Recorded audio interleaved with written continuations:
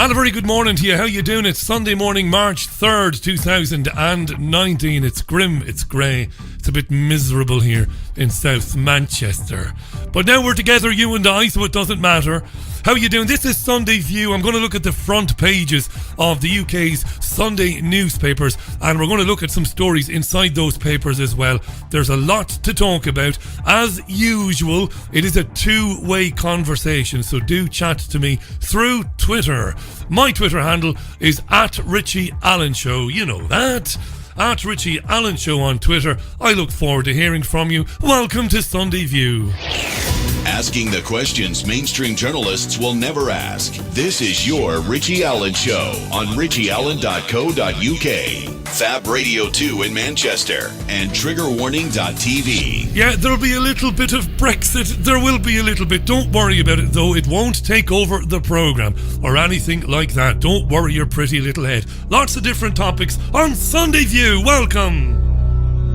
It's the Richie Allen Show, broadcasting live on richieallen.co.uk and multiple platforms around the world. And now, here's your host, Richie Allen.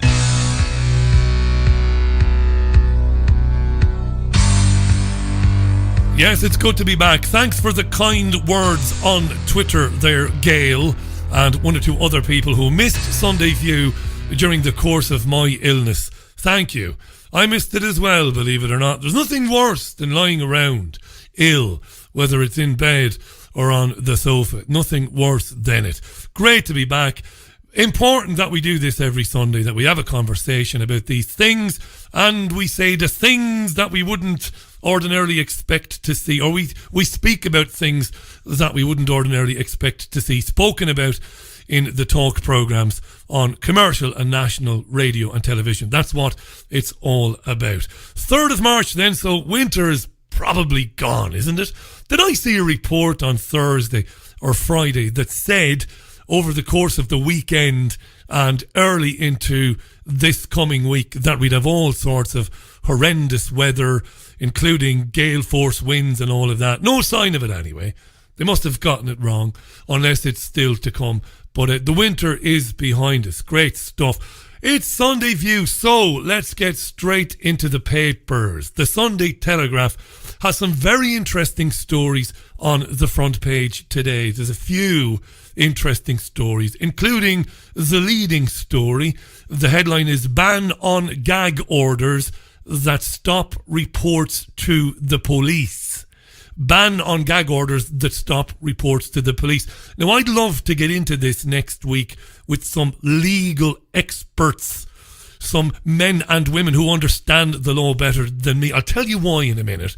This is being portrayed as a good thing this morning. Ban on gag orders that stop reports to the police. It's supposed to be good for victims of abuse in the workplace, you know, bullying and sexual harassment, but it maybe isn't so good. Anyway, employers will be banned from drawing up gagging orders that prevent staff reporting allegations of illegal harassment and discrimination to the police. These are government plans.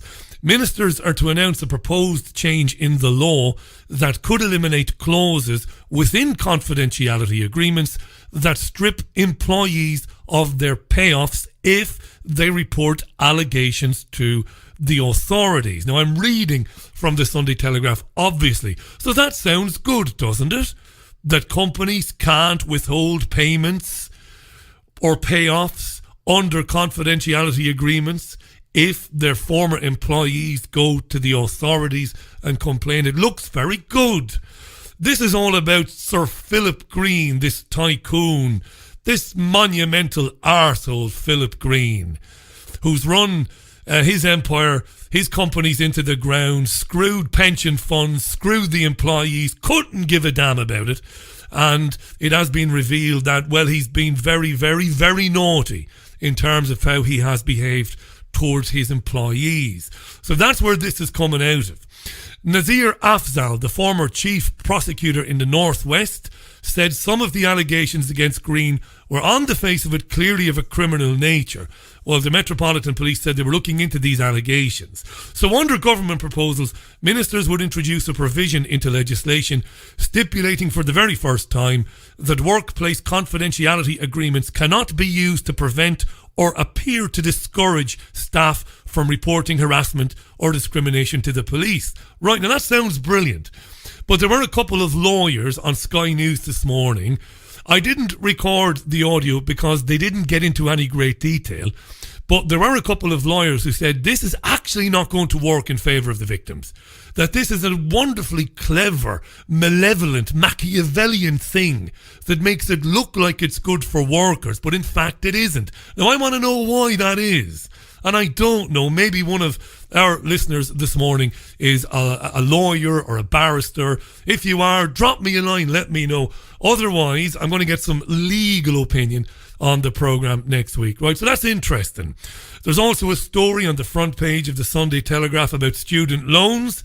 If you're a student, it might be important to you, get on to the front page of the Sunday Telegraph. But also on the front page of the Sunday Telegraph is this story. And it goes, well, the headline is, delay to Brexit is now unavoidable, says Barnier. Obviously, this is Michel Barnier, who's been heading up the European Union negotiating team over the last 2 and a bit years. Well, maybe not 2 and a bit years, since Article 50 was invoked. And in an interview with a Spanish newspaper, Barnier indicated that a technical extension would be needed to implement the deal. Basically, Barnier is saying, in the event that Parliament supports and votes for the deal, well, it won't matter, we'll need an extension anyway. This is like, I'm not going to swear today. I'm not today, not on Sunday View today. I'm not going to swear. No fucking way. Barnier, right, is saying, even if you do a deal with us now, we're going to have an extension anyway. We're going to have a delay. Right. Yeah. Now, this is everywhere this morning, but don't panic. I'm not going to subject you to too much of it, just a little bit, but you should be interested in it in terms of the way it's playing out, exactly the way we thought it would. Now, this week just gone, or last week I should say, the Labour Party did a massive flip-flop. Do you remember them? All the Labour MPs before the last election saying they would honour the result of the referendum, come what may. Now, of course, Labour is backing a second referendum. So what about the hierarchy of the party? Well, Shadow Chancellor John McDonnell, the closest friend and ally of Jeremy Corbyn, John McDonnell was on Sky's Sophie Ridge on Sunday today. Is Labour betraying the result of the referendum? Is it flip-flopping the bejesus out of manifesto promises and election promises? Here's McDonnell. Remember what we're doing at the moment. We're abiding by, first of all, our manifesto commitment. We said we'd respect the referendum, but we also said we wouldn't allow Theresa May to take us out of Europe with a reckless deal, and we would not support no deal. So what we're doing is exactly as our party conference unanimously decided. We're still arguing for our proposal, which is a deal we think can protect jobs in the economy. And we're still arguing if that doesn't go through, we should have a general election. But we've recognised that actually if we have to block no deal and to block a bad deal, well, we'll have to go back to the people themselves. And with my constituents, I think they'll understand that because we can't allow a no deal or a bad deal to go through. That will affect their jobs and undermine our economy. But we've been forced into this by Theresa May delaying, running down the clock and not coming up with a compromise that we could all support.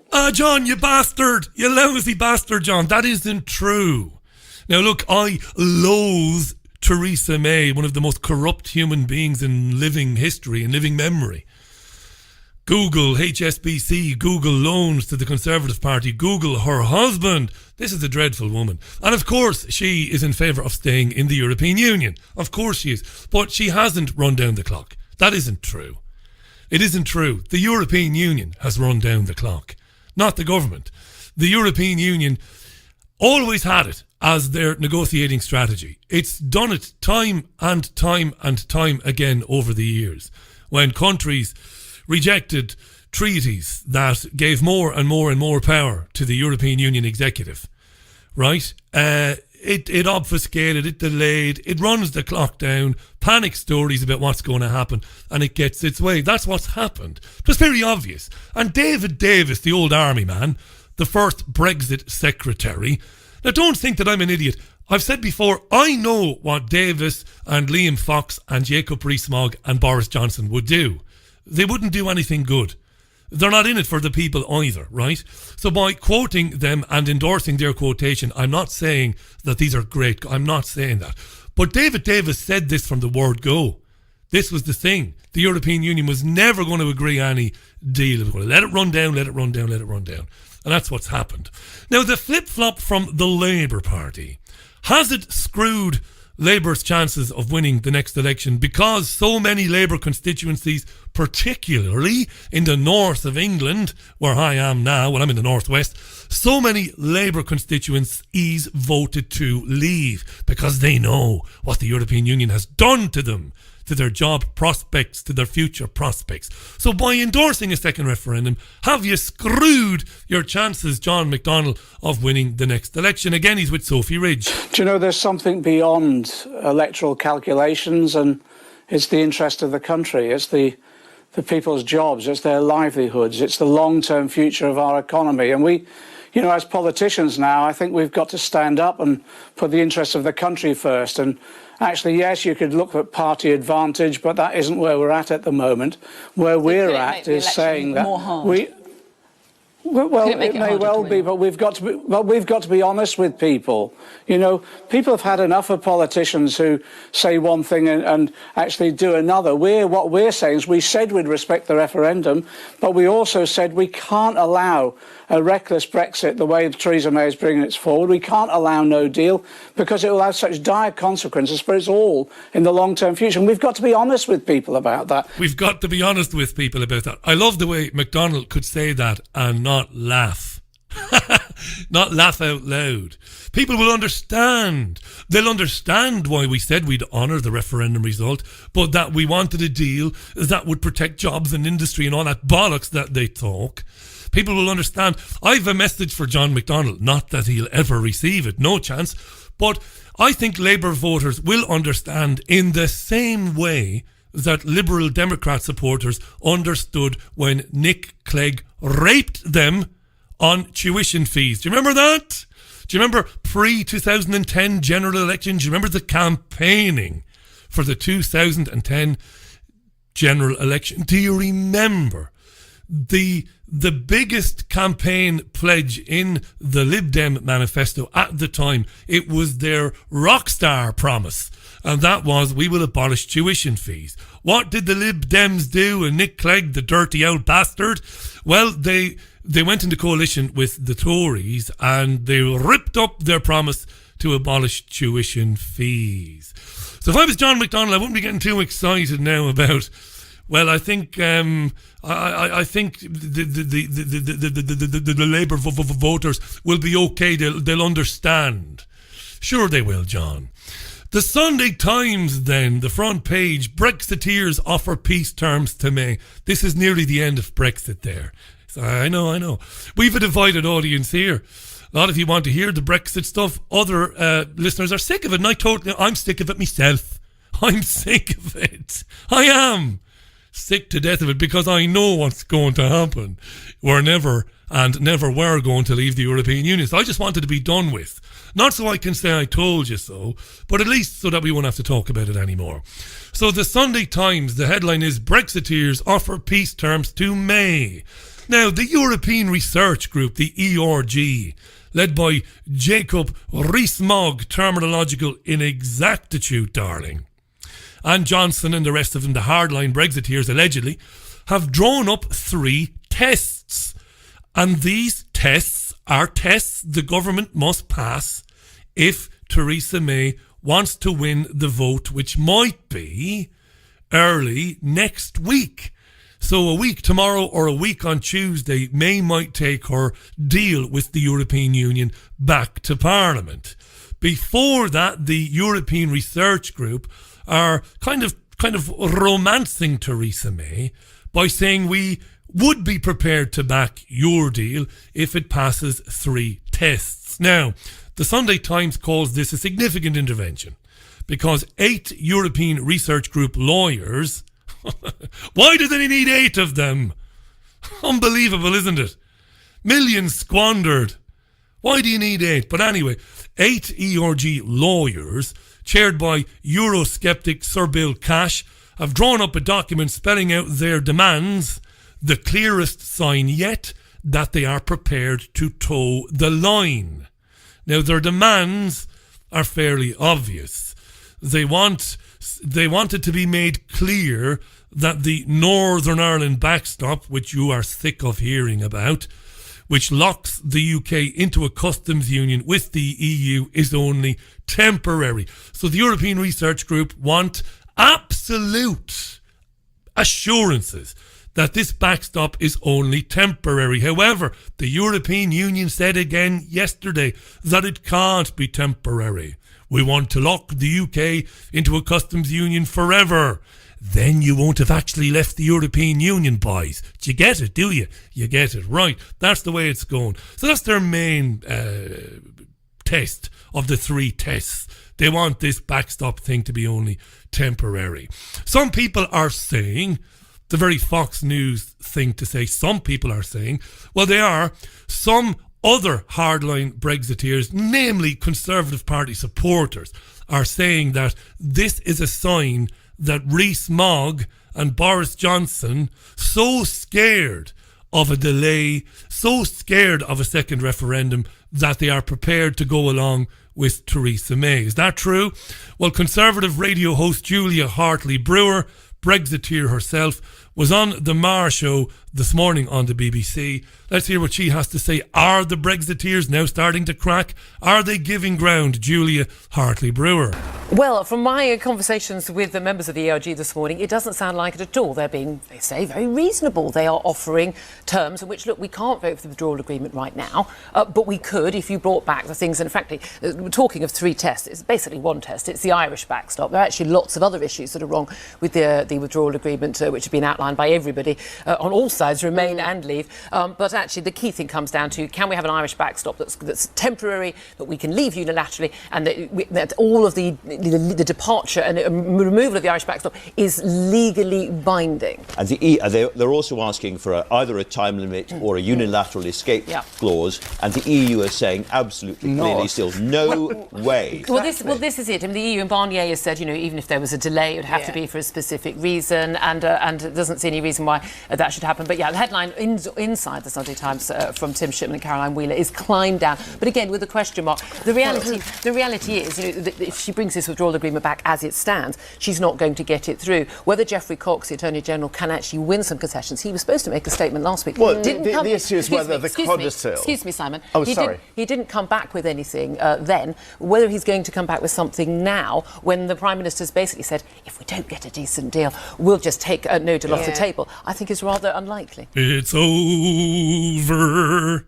I was going to record a bit of Elvis this morning. It's over. Ain't going anywhere. Going to read a few tweets and we're going to leave Brexit.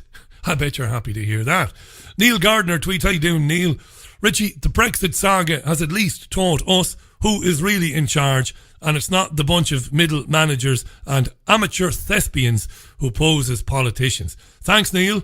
And I don't want to sound arrogant, and I know I'm going to. I don't think you and I needed Brexit to teach us who's really in charge, I think. In This Together tweets, 148 out of 232 Labour constituencies voted to leave. It seems that Corbyn's newfound love of the European Union is electoral suicide. It would appear that way, absolutely. David tweets, it's horrid weather where he is on the coast. It's going to hit the inland later on. This is me earlier on saying that the really bad weather we were promised hasn't materialised yet. Not yet. Hi to Samantha Jordan. Good morning, Samantha. How you doing? Thanks for the article. She's tweeted me an article in the Express, which I think might be along the lines of, or saying what I was saying earlier on, that the European union is lying about the backstop being essential, number one, but it's also dragged on and dragged on and on and on and on and on and on, this whole process to get to the end, to force the delay, to cause the collapse of it. That's what's happening. There's no doubt in my mind. There's no doubt in my mind that is true. It's approaching 20 minutes past 11. March 3rd. It is Sunday, of course. Sunday View with me, Richie Allen, live right now on Fab Radio 2 in Manchester, richieallen.co.uk, triggerwarning.tv. The programme is on the TuneIn app as well, which is wonderful. And it's in a lot of places. It is archived on Spotify, iTunes, Podomatic, and there are many other podcast services that host this show, but I don't know whom they are. I see them sometimes. They don't ask permission. They just put it on there. That's fine. Player FM is one of those. I have no problem with that. And lots of places to find the programme if you missed it live. I'll read some more tweets, and then we're going to take a left turn, or an extreme left or an extreme right turn away from Brexit, and we're going to talk about other things. But we'll have a tune because it's a Sunday. We'll have a tune. This is Charlene Spiteri and Texas on Sunday View with me, Richie Allen. Love this song. Keep those tweets coming in. It's at Richie Allen Show on Twitter. Talk to me this morning. Right, there's too much to talk about, so we better move on. Texas and Inner Smile on the Richie Allen Show. Gotta have an inner smile, you know. We've got royalty listening to this programme. Lord Twat Waffle is listening in live in Tasmania. One of the many, no, in the nanny state, he says, of Australia, where it's 10 o'clock at night. Lord Twat Waffle, you're very welcome to the programme. Good to have you on. Good to have you listening. Good morning to Susan as well. As I said, it's at Richie Allen Show. You know that by now. Keep those tweets coming in. Dean tweets, Richie, it's amazing how Brexit played out. You couldn't have been any more accurate with your prediction the day after the referendum. Yes, Dean, yeah, I think it was fairly obvious. To any Irish man or woman who has a little inkling as to what the European Union is, I've made predictions that were horribly wrong. First of all, I predicted that Remain would win, remember? I was convinced that all sorts of mischief would happen on polling day, and I thought Remain would win. So I do get things wrong, maybe more than I do right, when I have a punt with the prediction. But it's usually the small stuff. It's usually the details. But the overall picture, I think we understand what's happening. Let's talk about something else then. We're still on the front pages of the papers. Also on the front page of the Sunday Times today, and we have been following this closely, you and me, haven't we? Falconer reopens Labour hate cases. This is Lord Falconer, a real bum chum of Tony Blair. In fact, he used to share a flat with him. Playwright guy. He's the Labour peer drafted in to deal with the anti-Semitism crisis in the Labour Party. And he has admitted that stone cold, and that's a quote, by the way, that's a quote from Lord Falconer, stone cold cases of hatred have been brushed under the carpet, and he vowed to reopen them so the culprits can be kicked out. No examples given, of course. According to the Times, Lord Falconer warned Jeremy Corbyn that he has no prospect of becoming Prime Minister unless he stamps out the conspiratorial worldview that fuels Jewish hatred on the far left. I could rearrange that statement by Lord Falconer and put it a different way. Jeremy, unless you bow down and suck some Zionist penis, you'll never be Prime Minister. Never, Jeremy. Unless you start going to Labour Friends of Israel meetings and singing songs and promising that you won't rest a day ever in your life until you stamp out hatred against Jews. Unless you do that, Jeremy, you'll never be Prime Minister, is what I would say. Falconer said, unless you stamp out the worldview that fuels Jewish hatred, nobody hates Jews. I've said it 1,000 times, and I'll say it 1,000,000 before my career fades into absolute insignificance. Falconer says he doesn't believe that Corbyn is personally anti-Semitic, but he warned him that Jews feel they are not safe with Labour and its leader. And Falconer said, we have totally lost the confidence of the Jewish community and we have to get it back. Now, this is where the insipid, rotten to the core media fails to do its job. There is no Jewish community, number one. There are Jews living in England. But the idea that if there is a Jewish community, that they, as a community, do not feel safe is a monumental lie. We know this because you've only got to listen to the Secretary of Jewish Voice for Labour, Glyn Secker, who is Jewish. And speaking at a meeting of the Dulwich and West Norwood Labour branch last Thursday, he said, this Jewish man, what has happened is that there has been a major campaign of misusing anti-Semitism. And I say that as someone whose family has perished in the Holocaust and my partner's family. These allegations have been made up in order to discredit the leadership. So you see, when the newspapers say things like, Falconer says Jews feel afraid, it's bullshit. And I haven't even gotten into Orthodox Jews. And I've had a rabbi from an Orthodox Jewish community in Manchester on this programme laughing at the idea that anti-Semitism is on the rise, laughing at it. Just ain't happening. Anyway, back to the Labour peer and Tony Blair bum chum, Lord Falconer. Falconer said the most frightening thing is the profound and almost universal sense within the Jewish community that Labour and Corbyn are anti-Semitic. I've just debunked that. That is a lie. It's a lie. Let's hear some more from John McDonnell. He's the Labour Shadow Chancellor. He's Jeremy Corbyn's closest ally. And you heard him earlier on because he was on the Sophie Ridge programme on Sky. He was on Sky. Given a chance to take on these ludicrous claims, given a chance to point out that Jewish Voice for Labour members, almost universally, say that this is a nonsense, given a chance to go for the throat of the media,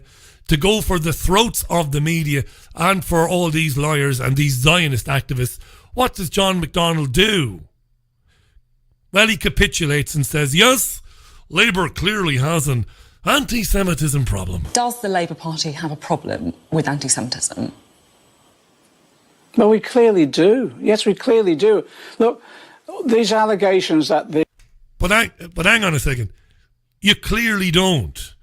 Because Jewish Voice for Labour is a very big group. It's a significant group of people. And they say that these allegations are garbage. So you clearly don't, John. What happened to your balls, John? Why don't you just go for Sophie Ridge and say, listen, let's talk about policy. There is no anti-Semitism. I'm not having it. Let's talk about Brexit and all the other things we could talk about today. But no, it's apology after apology after apology. The Labour Party is institutionally anti-Semitic. I reject completely. But clearly we do, and we've accepted that. It might be only what the figures that we've got. I think you interviewed Barry Gardner last week and he took you through the figures. So it's 0.1% of our membership seem to have been involved in some form of anti-Semitism. It's a tiny number, but it's still a problem. I do not want one anti-Semite in our party. I do not want one piece of evidence of someone being anti-Semitic. We've got to eradicate it from our party because our party has got to be in the lead with others in eradicating it from our society. I mean, you say that there's clearly a problem with anti-Semitism in the Labour Party, even though you want to, of course, put that in context. But I just want... You know what the real irony is here? You mightn't have gotten this. It's probably not occurred to you, so let me tell you what the real irony is. The real irony is, as McDonnell says, clearly there is, in the absence of any balance, it's the job of Sophie Ridge to say, well, is there really? I've just had a tweet from Steve Gray. Thank you, Steve, who's linked to an article by my old friend Norman Finkelstein. I'll get Norman back on in the next few weeks on the programme. And Norman has done some mathematics. I've just retweeted Steve's tweet. And Norman's pretty accurate mathematics, because I've seen this before, demonstrate clearly that there isn't any issue with anti-Semitism, let alone in society, but certainly not in the Labour Party. It's a nonsense. And Sophie Ridge, ironically, should be saying this. She should be pointing out that the Jewish Voice for Labour says, well, there isn't. She should be pointing out that many, many, many other folks who identify as Jewish are saying this is nonsense. That's her job. And it's all she has to do. It's very easy. But of course she won't do it, because her job is to fan the flames of this nonsensical story. It's fairly wretched stuff, isn't it? I just wonder if everyone does agree with you on that, because it feels to me as if some members of the Labour Party don't accept there is a problem with anti-Semitism. We had, for example, Labour members cheering Chris Williamson when he said that Labour has been too... You see, it sounds like on the face of it that Sophie Ridge is going to do just what I said she should do, which is say, well, other people say, but she's not doing that. She's not saying Jewish people, the Jewish Voice for Labour, all these people. She's having a go at the fact that Chris Williamson and others haven't towed the line. This is worthless journalism. It's worthless excuse for journalism and for process and for ethics and for the way to do your job. All she has to do is say, what about the Jewish Voice for Labour? They say it's not happening. But no, she invokes the fact that Williamson and Ken Livingstone and others, it's wretched. Too apologetic about anti-Semitism.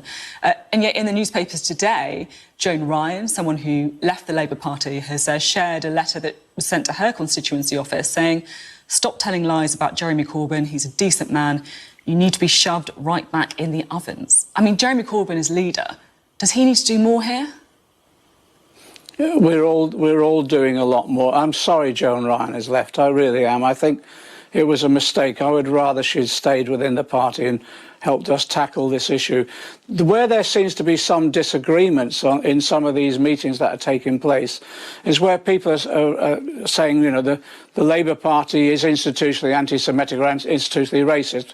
I reject that completely. But we have got a problem, and we've accepted that. And Jeremy's said time and time again, there is an issue here. There's a real problem that we've got to address and are addressing, and that's what we're doing. And if you listen real closely here, you can hear Sophie Ridge's producers at Sky News Studios talking about going to fetch John McDonnell for his interview. Well, bring out the gimp. I think the gimp's sleeping.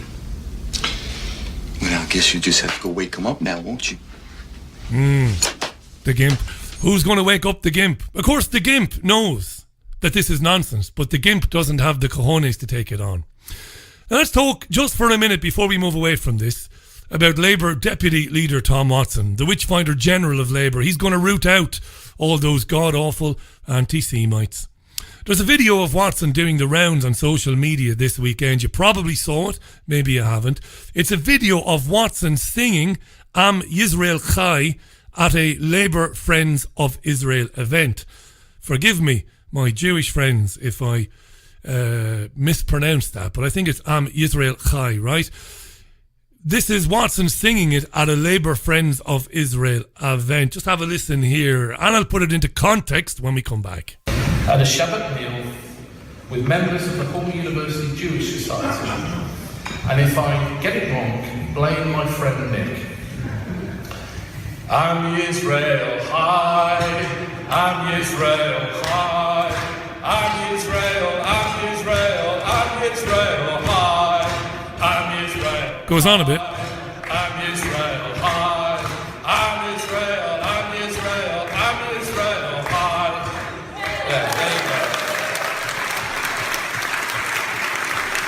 Yeah, a little barrel of monkey spunk, Tom Watson himself. Monkey spunk. I wanted to say that. I've been wanting to say that all morning. Am Yisrael Chai is a triumphalist song, roughly meaning, I've looked it up, the nation of Israel lives or is alive, basically. It's Zionists singing, we're still here, we're still alive, the Jewish nation rolls on, whatever our enemies do, and all of that old bollocks. Why is Tom Watson singing it? Dunno. There's been a lot of Zionists on social media over the last 48 hours. And you would have seen this if you are somebody who dwells on Twitter. I don't, but don't take me wrong. I'm not being condescending towards you. I know some of my listeners spend an awful lot of time on Twitter. That's your choice. I can't stand it, so I don't spend a lot of time on there.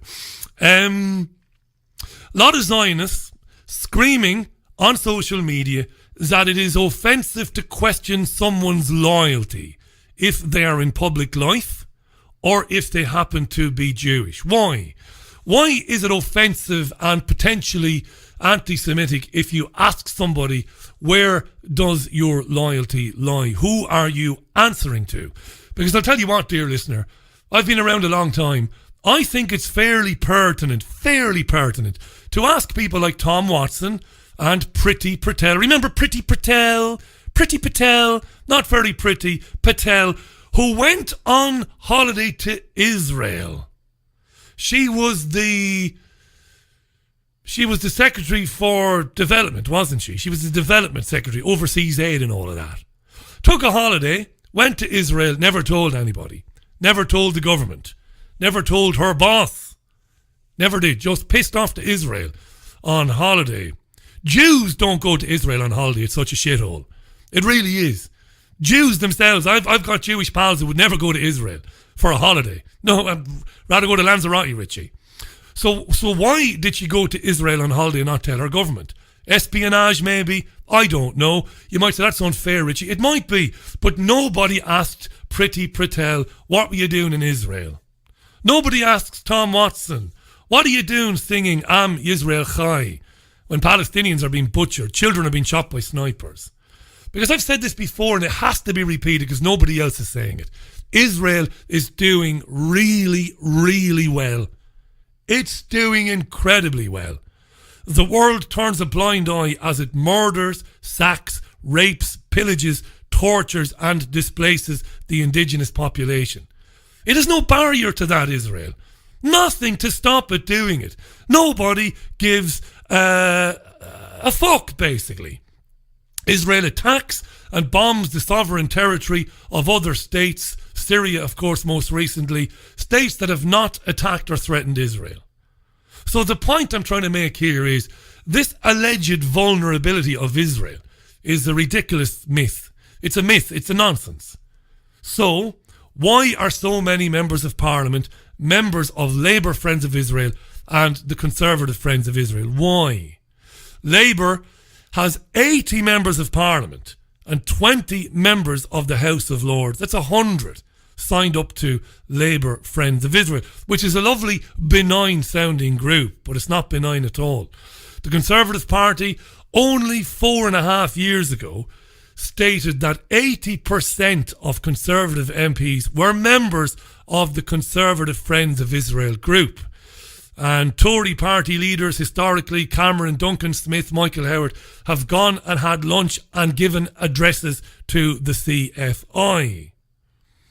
The British Home Secretary, the UK Home Secretary, Sajid Javid, has had business lunches and given business speeches to the CFI, with the Jewish Chronicle even saying that they see Sajid Javid as a future Prime Minister. Now, a couple of years ago, the Guardian journalist Ian Black said that the UK Israeli lobby is effectively bankrolling the Conservative Party. This is true.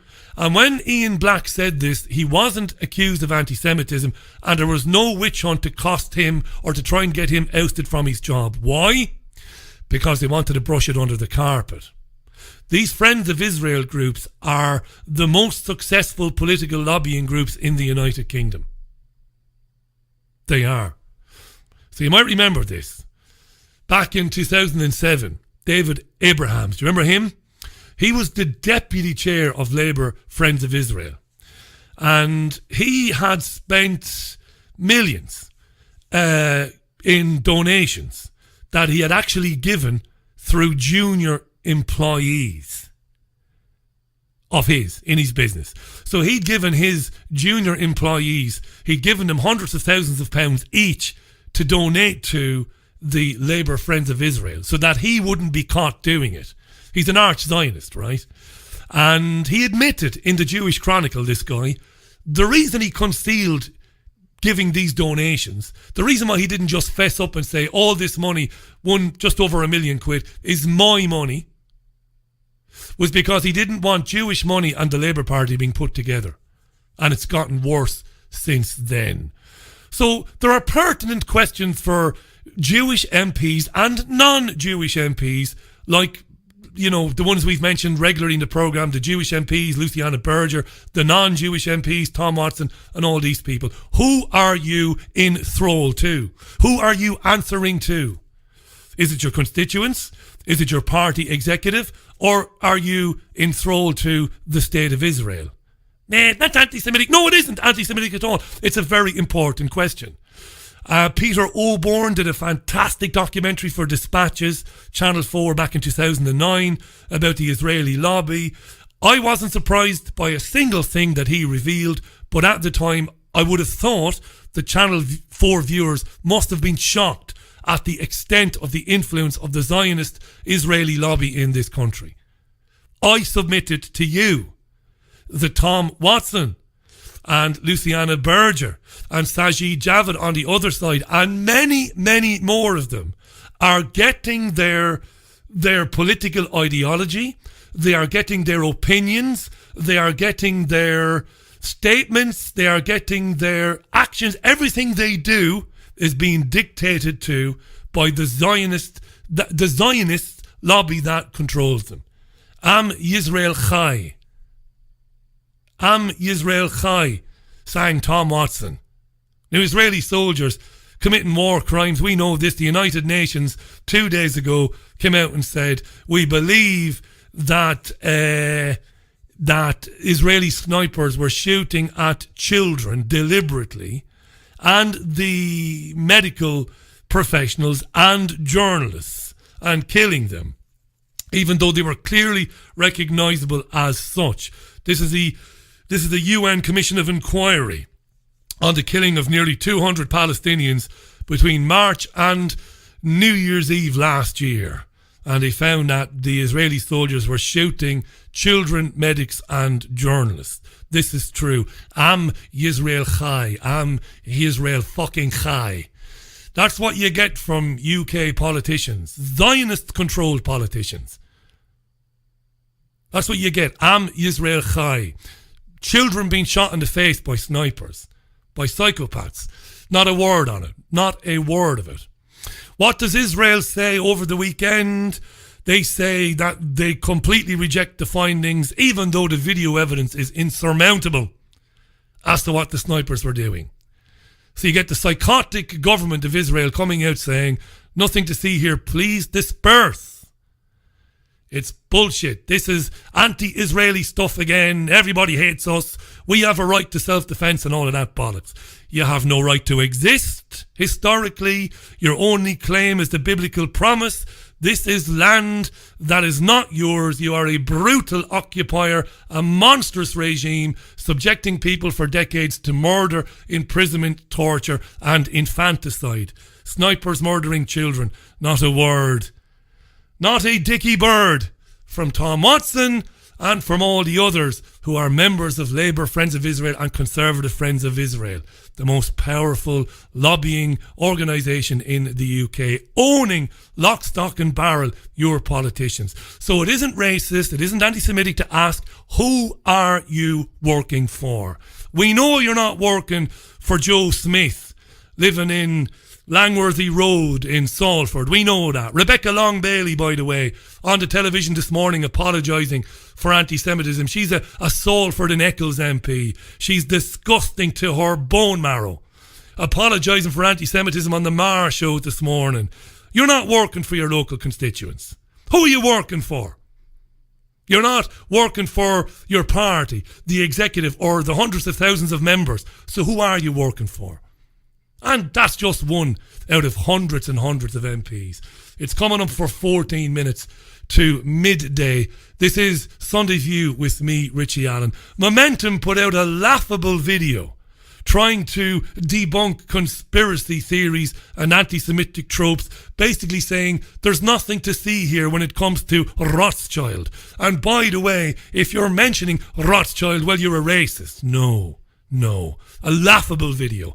Again, I've asked time and time again, I've done the due diligence, I've upheld the highest ethical standards of journalism. I have invited these people on for a fair, rational, calm debate about these things, about the influence of Rothschild, Oppenheimer, Warburg, the banking cartels, the financial elites. But they never take up my offer to come on. Never in a million years. Look, I'm going to just briefly talk about this because there's been so much talk about it today. The Mail on Sunday and the Sunday Express have front page stories about a stabbing which happened in London over the weekend of a young girl. And there was a stabbing, I think, yesterday in Hale Barnes, which is near Altrincham, not far from where I am, where a 17-year-old boy was stabbed to death as well. Jodie Chesney was 17 and she was stabbed in the back and died. It's just getting a lot of comment today and I don't want to ignore it. So on the BBC Andrew Marr show, where the Daily Mirror's Alison Phillips, Julia Hartley-Brewer, whom we've heard from already, and the historian Simon Shamma, and they talked about the spate of stabbings that we hear about all the time, and they referred to the stabbings over the weekend. So let's hear Alison Phillips, Julia Hartley-Brewer and historian Simon Shamma talking about these stabbings. This is on the Marr Show. There's a photograph of Jodie Chesney. She was 17. There's a picture of her in her Girl Scout uniform outside number 10 Downing Street. And I think it's really hit people this time because there's this sense, particularly being a girl, and that she'd gone to the park with her boyfriend and then something's happened on Friday evening and she's never going to be going home. And it brings that she's the 18th in London already this year. We're only at the start of March. There was another boy in Manchester has been stabbed, 17-year-old. And this problem seems to be getting worse and worse. So there are stories which bubble along for a long time and then something happens which somehow kind of focuses the entire country's attention. But we all know why, don't we? We all know why. Because again and again, dozens and dozens of young black boys are stabbed, but it's a young white girl is stabbed, and then suddenly it's a front page story. The reality is, we often just write this off and say, "Oh well, these are people involved in gangs who are stabbing each other. It's not our problem," ignoring the fact that actually an awful lot of young people, white or black, around this country aren't going to be pulled into gangs because they don't live in the sort of areas where actually joining a gang is often about keeping safe rather than anything else. But I do think there's increasingly this sense that even people who aren't in gangs feel that their children, they may be going out and they may be falling foul of a gang or a gang member on any particular night. And there's obviously, as with all things, there's always more than one cause. But, you know, we've seen 20,000 fewer police than we had 10 years ago. We're seeing a collapse in lots of young people's services. There's many reasons. We're seeing a collapse in family as well. Well, I was just saying, you know, I live a lot of the time most of the time in the United States, where it would have been, there's the same things are said really about gun violence. And the issue, really, the underlying issue is whether we're really living in an age of lethal rage, where somebody just actually taking against somebody else or somebody trying out a crime now becomes actually a lethal crime. So what do we do about it? But we haven't changed as people. I mean, we're still the same kind of bipeds as we were before. I think historically there are moments where civility collapses, actually. And I'm really not saying it's got anything to do with, you know, the kind of raw, toxic nature of polemics, but I don't think that actually helps. But the sort of sense, actually, of whether or not, in the first place, we do something about policing, which, how could you not be in favour of that, demands at least bringing back police to the levels they were before the cuts. That's it in a nutshell. We've had Peter Kirkham on this programme talking about it. Decimating the police forces of every area of the country has meant you've not got bobbies, as it were, on the beat in communities, which traditionally was a great thing because you had the same police officers patrolling in the same areas, getting to know people, and in many cases they were able to nip stuff in the bud before things got out of hand. And there's a lot more to say about that and what's really going on with that. But it's a disturbing thing to constantly hear about children getting stabbed by children with zombie knives and stuff like that. It's a complex one, and there are many reasons for it. I'm sure we'll get into it in future programmes. Last couple of papers, Daily Express, as I said, have a story about Jodie Chesney on the front page of its paper today. The Observer, Labour faces new row over efforts to curb anti-Semitism. I've already covered that, no need to get into that again. Let's briefly talk about Venezuela, because the vice president of the country, Delcy Rodriguez, has been speaking exclusively to RT's Spanish channel. And she has said that Caracas will use all legal means available to protect her assets in Europe and the US. they will do all they can to protect their assets overseas from illegal seizure. She also said that American political pressure is doing more harm than good to the country, and America has sent instruments of violence to the country, not aid. Here she is, Delcy Rodriguez, speaking with RT's Spanish channel. Historically, we know that the US uses fake financial help in order to overthrow the governments of other countries. Venezuela is about to take financial help. They don't want to help economically, financially, to help with provision, with medicines, to help commercially. And on the 23rd of February, the whole world saw that they brought instruments of violence to Venezuela and not aid. I repeat, there is nothing new in this. They export violence to countries, but their plan won't work in Venezuela. We have decided to protect our country. President Donald Trump has put a face to the United States imperialistic policy. It's a policy of cheating and threatening those who do not submit to their wishes, instructions, and interests. Specifically, Venezuela is threatened every day. There's a right-wing extremist movement that previously tried being part of Venezuelan politics, but they don't have the love or support of the Venezuelan people because they did not manage to earn it the correct way, which is by gaining votes. They did not succeed. They did not win the love of the people, and so they've become this violent and extremist group. Yeah, Delcy Rodriguez there, the Vice President of Venezuela. Now, you know, because you've heard it on this programme, that the Bank of England is illegally holding over £1 billion, $1 billion worth of gold owned by Venezuela, owned by the country, saying that it's not going to, you know, release that gold, that it would rather deal with Juan Guaido, this absolute numpty, this US puppet who claims to be the legitimate president. He isn't. And what the Vice President there, Delcy Rodriguez, has been saying is they're very confident that in international law they've got the lawyers that will be able to protect their interests and basically restore Venezuela's access to its own assets overseas. This is going to run this, and it's a massive story. Going to finish with this bit of good news today. It was in the Mail on Sunday. The Mail on Sunday loves the whole gender identity and transgender line of stories. It's always doing them, the Mail. It loves it. Here's the headline: Britain's first transgender hate crime trial is halted after one day as the judge says there is no case and there never was a case. Brilliant. Isn't that good? Miranda Yardley was put through 10 months of hell after being accused of harassing a transgender activist on Twitter. What happened? Well, before we hear what happened, the District Judge John Woolard dismissed the case after one day, saying there was no evidence. Campaigners called the decision a victory for free speech, while the accuser said that police were being used to enforce a political ideology. Yeah. So Miranda Yardley is an accountant who describes himself as a transsexual and identifies as a man, even though he underwent gender reassignment to become a woman 10 years ago. That's a bit complicated, right? It is for me anyway.